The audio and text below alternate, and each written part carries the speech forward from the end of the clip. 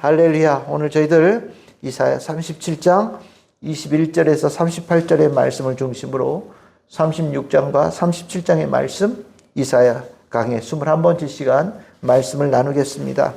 이 이사야 36장에서 39장까지는 열왕기서에 나오는 말씀을 그대로, 거의 그대로 갖다 많은 부분을 인용해서 적어 놓았습니다. 주전 701년에 아수르의 왕이 사네립이 예루살렘에 쳐들어왔던 사건, 그때 있었던 일들을 이렇게 역사적인 사건을 적어주고 있어요. 이 사건을 왜 이사야서에서 굳이 이 이야기를 언급하고 있는가? 이 사건이 가지고 있는 영적인 하나님과의 신앙적인 의미, 교훈이 깊게 이스라엘 백성들에게, 유다 백성들에게 새겨지기를 원하고 또 그것에 대한 좋은 모범적인 답안이 되어질 수 있는 사건으로 이사야가 보았기 때문입니다. 이 이야기는 이스라엘 백성들이 우리가 이제까지 하나님에게서 떠나서 많은 일들, 어려움들을 겪었던 이야기들을 했죠. 하나님께서 말씀하셨지만 듣지 않았고 그 시간 속에서 이스라엘 백성들이 감당해야 될, 해결해야 될 문제는 회개의 문제였습니다. 하나님께서 계속 회개하라고 그들에게 말씀을 전하기도 하시고 가슴을 두들기셨죠. 그 과정에서 이스라엘 백성들이 과연 회개할 수 있는 백성이 되어지느냐, 회개의 단계를 거쳐갈 수 있느냐가 중요한 당시에 이제 초점이 되어지는 거예요. 그런데 이 상황이 조금 이제 바뀐 겁니다. 어떻게 바뀌었느냐? 하나님께서 이스라엘 백성들을 그렇게 회개하기 위해서 여러 가지 일들을 하시는 가운데 썼던 도구들이 있는 거예요. 이스라엘 백성들을 어려움에 처하게 하는, 곤궁함에 처하게 하는, 위기 속에 들어가게 하는 그 도구가 이제 아수르의 군대도 될 수 있는데 이 아수르의 군대가 어느 순간 선을 넘기 시작한 거죠. 그 선을 넘기 시작한 그 과정에서 하나님께서는 이스라엘 백성들에게 원하시는 초점이 조금 바뀌기 시작했습니다.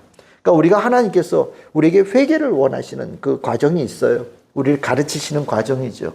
근데 그 과정에서 또 다음 단계로 넘어가면 하나님께서는 그 위기의 상황 속에서 회개한 다음에 우리에게 원하시는 새로운 그 단계의 숙제가 다가오기 시작합니다. 그것이 무엇이냐면 하나님을 신뢰하는 거예요.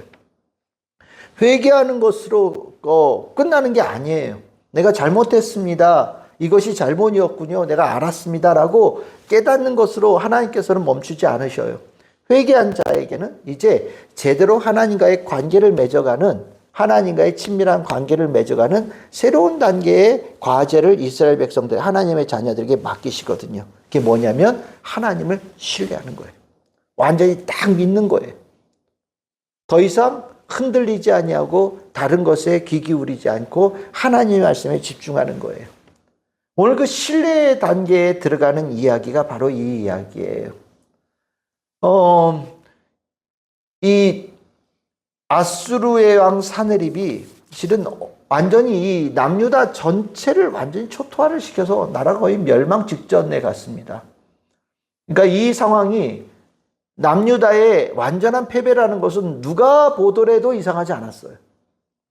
히스기야도 자신의 패배를 어느 정도 인정을 했고 이 상황 속에서 예루살렘 성에 있는 사람들이 살아남고 또 이 나라가 어쨌든 멸망하지 않고 남을 수 있는 방법을 모색했던 것 같아요. 그래서 이제 여러분들 성경을 펴시면 36장 1절에서 3절 이렇게 보시면 히스기야 14년에 몇몇 이 특사를 예루살렘 성을 포위하고 있는 군대 장관한테 보낸 거예요.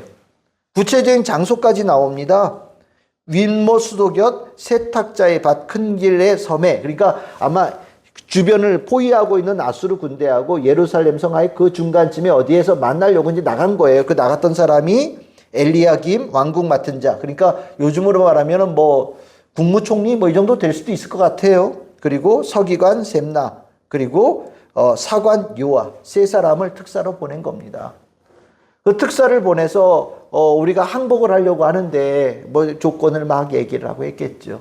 그랬더니 랍사게가 여러 가지의 이제 일들을 그 사람들 앞에서 얘기를 해요. 근데 그 내용의 초점이 뭐냐? 히스기야가 믿을 만한 왕이 아니다라는 것을 흔드는 겁니다.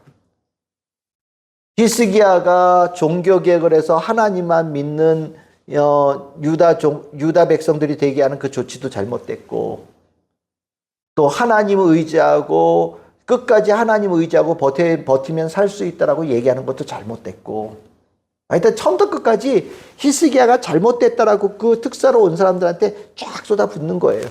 근데 이걸 넘어서서 어디까지 가냐면 이 사람이 히브리어에 능통했던 사람이래요. 그래서 아예 대놓고 예루살렘 성을 향하여서 들리는 소리로 외치는 거예요. 너희들의 왕이 너를 망쳤다. 이 나라를 망쳤다. 그러니까 그 하나님 믿는 히스기야 버려라. 이런 얘기를 쫙 외친 거예요. 실은 이 이야기의 초점은 뭐 군사력이 약하냐 뭐 이런 얘기를 하려고 하는 게 아니에요. 이사야서에서는 그런 데에 별로 관심이 없어요. 무엇을 얘기하냐면 하나님을 신뢰하는 몇 안 남은 사람들이 예루살렘 성 안에 있었거든요. 그 대표적인 사람이 이사야고, 이사야와 함께 버티고 있는 히스기야 왕이 하나님을 신뢰하며 이 어려움 속에서도 하나님의 뜻대로 살아가겠노라고 버티는 대표적인 구심점 역할을 했던 왕이에요. 그런데 랍사게라는 이 군대 장관이 히스기야를 공격하면서 하나님에 대한 믿음, 하나님에 대한 신뢰를 흔들기 시작한 겁니다. 실은 이 랍사게의 말은 요즘으로 표현하면 하나님 믿지 마. 하나님 안 믿으면 다 살 수 있어. 너희들 하나님 믿어서 뭐 도움이 된 게 있냐? 하나님께 기도해서 너희들 뭐 응답받은 게 있냐? 하나님께 예배드려서 너희들 뭐 남은 거 있냐? 잘된 거 있어? 없잖아. 지금 이 꼴을 봐. 나라 다 망했지. 지금 너희들 죽기 일보 직전이야. 하나님 버리고 누굴 섬겨라? 아스루 왕을 섬겨라. 아스루 왕을 섬기면 너희들 다 살 수 있어. 너희들 잘 살 수 있어. 이 위기 벗어날 수 있어.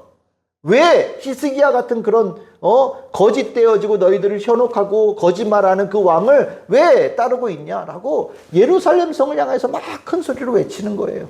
그러니까 여러분들 이 소리를 들었을 때 어떨 것 같으셔요? 여기에 갔던 이 특사들도 마음에서 막 불안함이 왔겠고, 그 성을 지키고 있는 유다 백성들, 예루살렘 사람들도 다 요동쳤지 않겠습니까? 실은 이 요동이 이 위기죠. 이 위기 상황 속에서 이 랍사게로 대표되어지는 하나님에 대한 신앙에 의심을 갖게 만드는 목소리가 막 터져나오기 시작하는 거예요. 터져나오기 시작하면서 이것을 내가 가지고 있는 믿음보다 더 큰 소리로 나에게 다가올 때 수많은 이들이 그 가운데서 하나님에 대한 신뢰를 물음표를 찍기 시작한다는 거죠. 하나님에 대한 말씀을 따를 것인가? 아니면 하나님이 잘못되어지고 나를 살려주겠다고 하는 저 목소리를 크게 듣고 따를 것인가에 대해서 모든 사람들이 이 안에서 갈팡질팡하는 일들이 일어난다라는 거예요. 지금 이 이야기를 적어주고 있는 이유는 바로 거기에 있는 겁니다. 그래서 여러분들 36장 15절 보시면 히스기야가 너에게 여호와를 신뢰하게 하려는 것을 따르지 말라. 그가 말하기를 여호와께서 반드시 우리를 건지시리니 이 성이 아수르의 왕의 손에 넘어가지 아니하리라 할지라도 16절 히스기야의 말을 듣지 말라. 그건 거짓말쟁이다. 이런 얘기로 계속해서 하나님에 대한 믿음을 흔들고 있는 모습이 나오는 거예요. 굉장히 이 랍사게의 말, 하나님의 위기의 상황 속에서 하나님을 신뢰하고 따르는 것에 대해서 물음표를 찍게 하는 이 랍사게와 같은 이 말들은 굉장히 위험합니다. 실은 위기라는 게 뭐냐면 그래도 약해졌던 상황이라는 거거든요. 내가 약해져 있을 때 그 옆에서 내가 하나님을 따르는 것에 대해서 회의감을 갖게 만드는 이 목소리는 천둥 소리보다 더 크게 들린다라는 거예요. 그리고 그 상황 속에서 우리들이 가지고 있는 믿음이 그 목소리보다 더 우리가 가지고 있는 믿음이 이 위기 상황 속에서 하나님에 대한 믿음을 흔들려고 하는 그 목소리보다 크지 않을 때, 굳건하지 않을 때 수많은 사람들이 넘어질 수밖에 없다라는 것을 얘기하고 있는 거예요.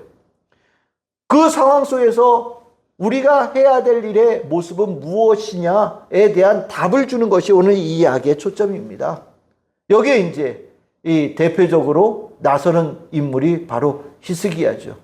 히스기야가 이 사람을 특사로 보냈을 때 당부한 게 있었다라는 거예요. 그 당부가 뭐냐면 여러분들 36장 21절 보세요.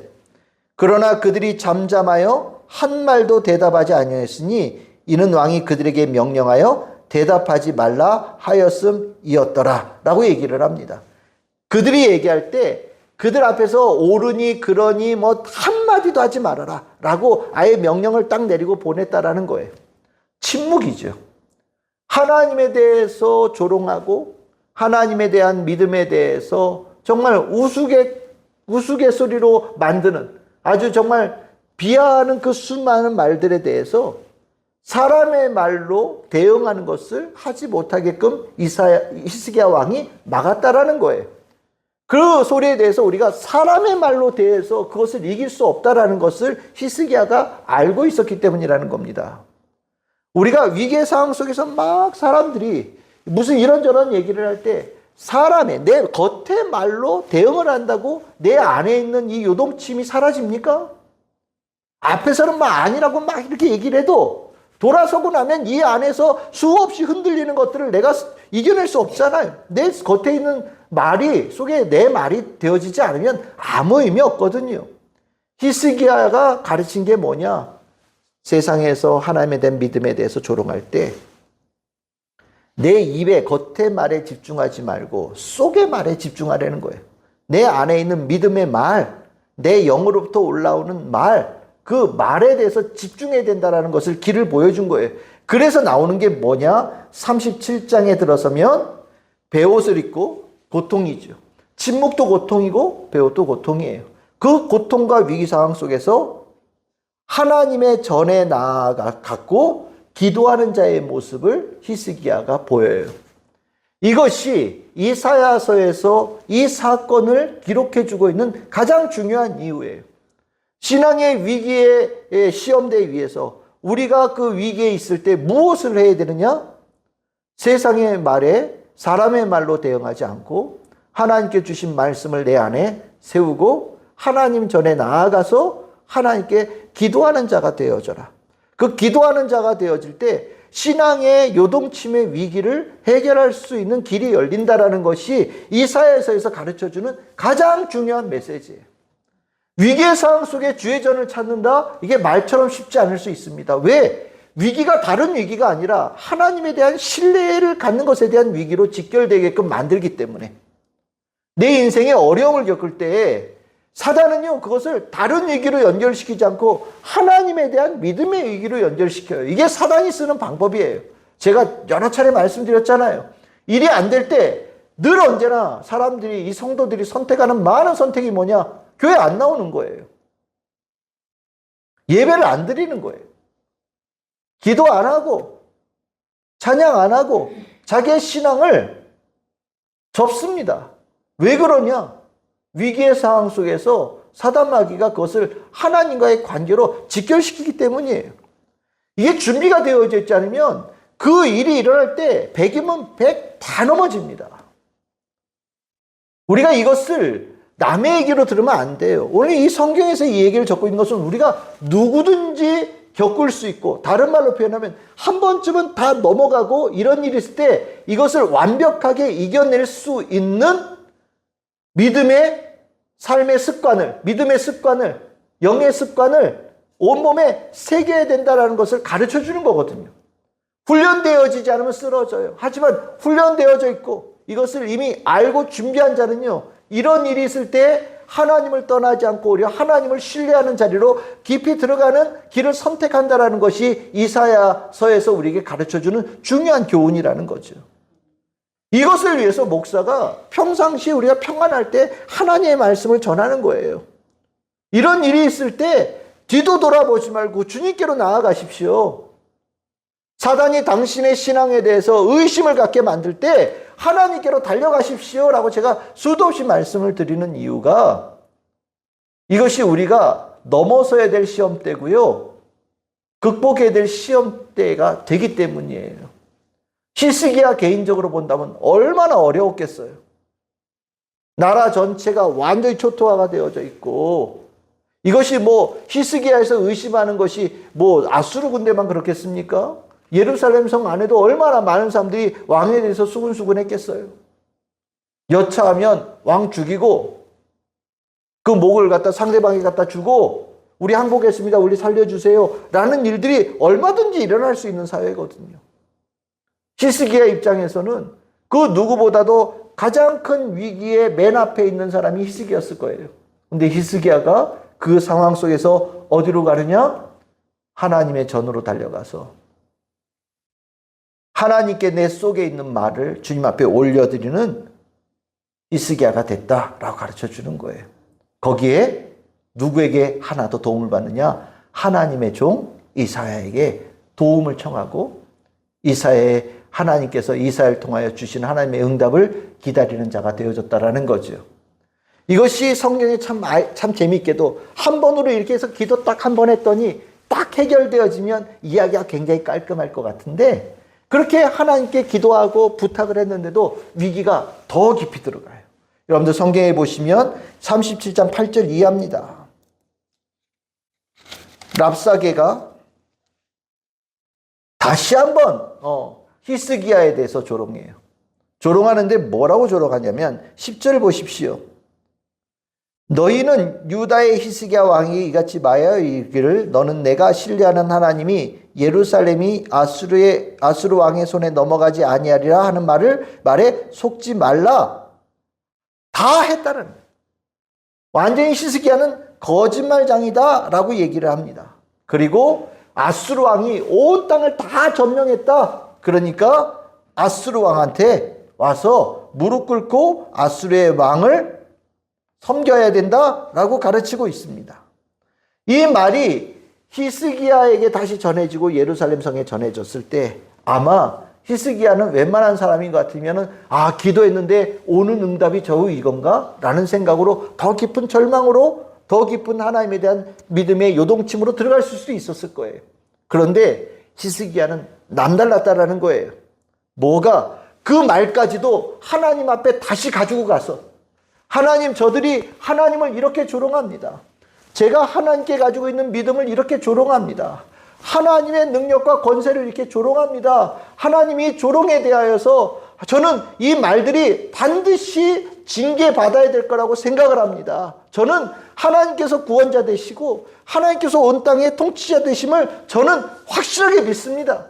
아무리 저들이 저렇게 떠들어도 하나님께서 승리자 되심을 저는 확실합니다. 라고 그 위기의 상황 속에서 더 깊은 하나님에 대한 신뢰를 고백했다라는 거예요. 그것이 19절, 20절이에요.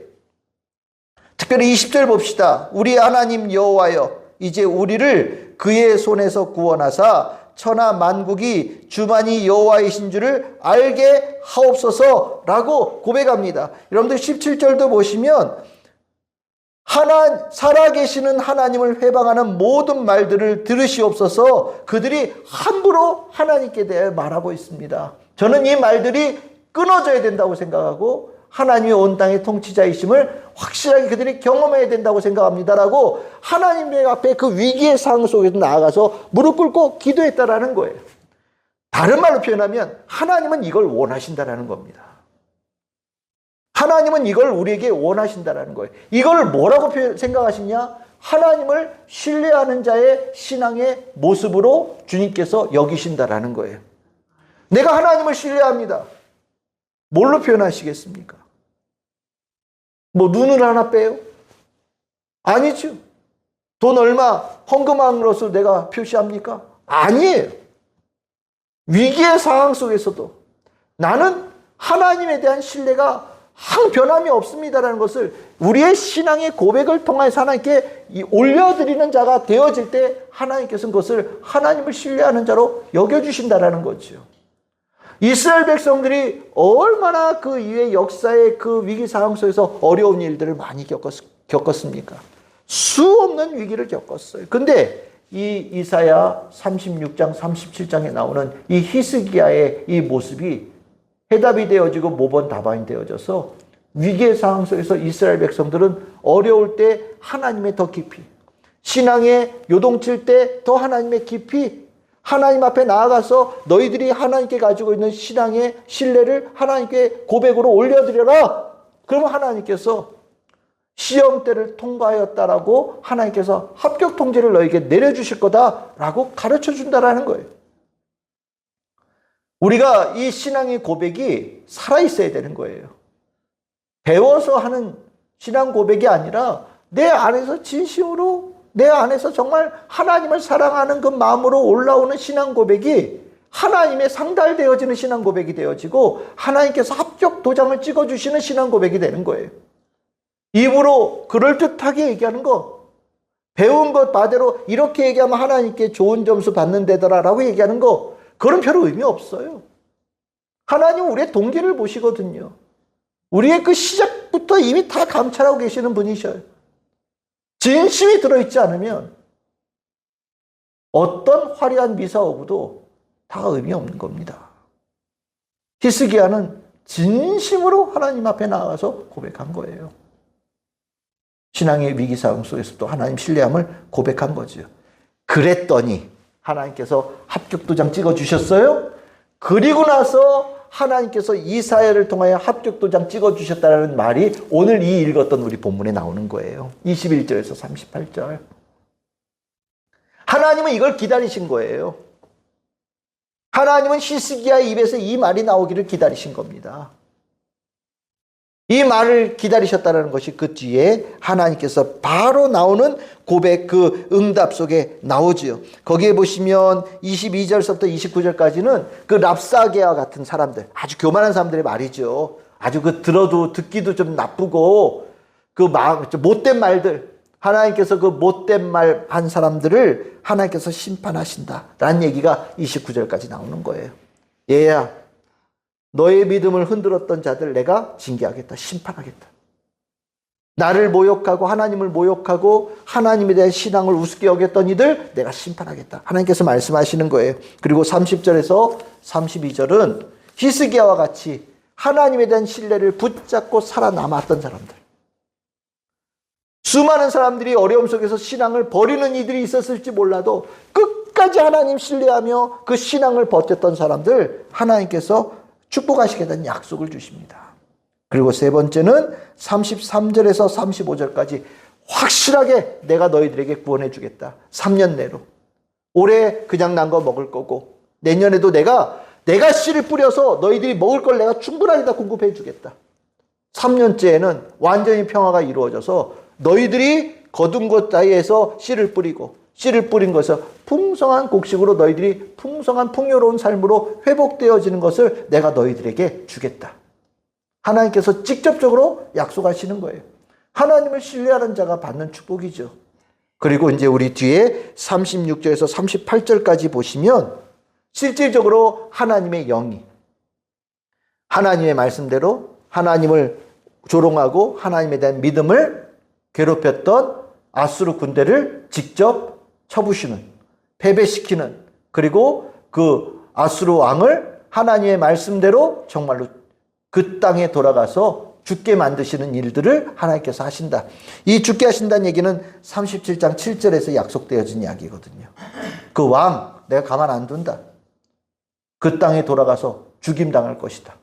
그랬더니 정말 하나님께서 그 일을 하셨다라는 것을 우리에게 전해주고 있는 증언이에요.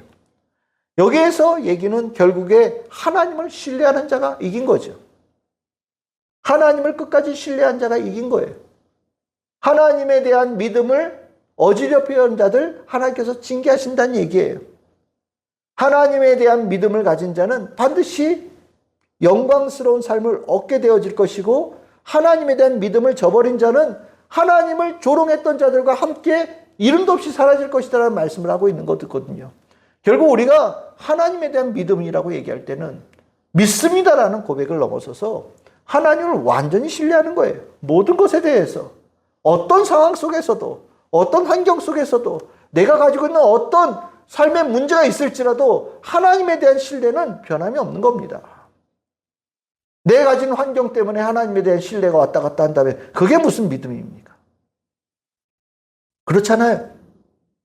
내가 오늘 배부르면 하나님에 대한 믿음이 충만하고, 내가 오늘 배고프면 하나님에 대한 믿음이 쪼그라들면 그거는 하나님 믿는 게 아니죠. 내 뱃속에 얼마나 채워져 있는가를 믿는 거죠.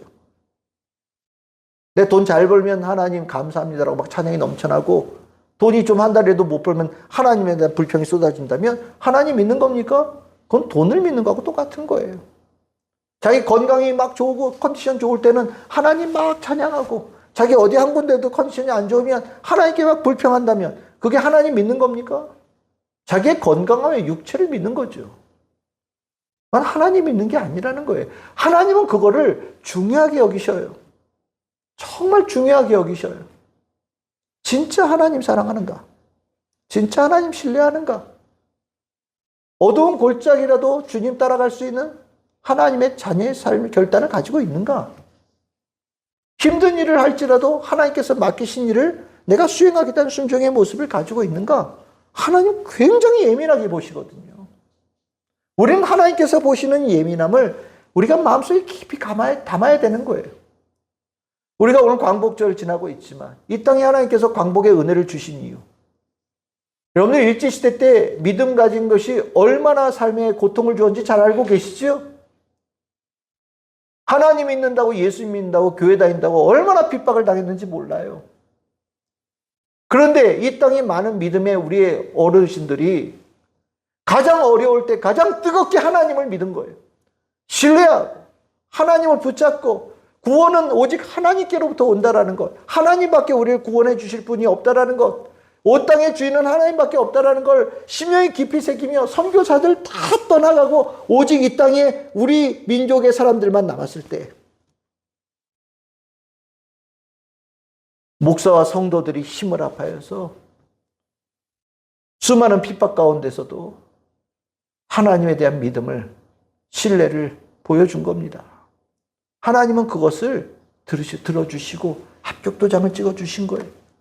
그래서 우리가 이제 나오는 많은 목사님들, 주기철 목사님이나 이런 분들, 그 신사참배 이런 문제들 다 똑같은 거거든요.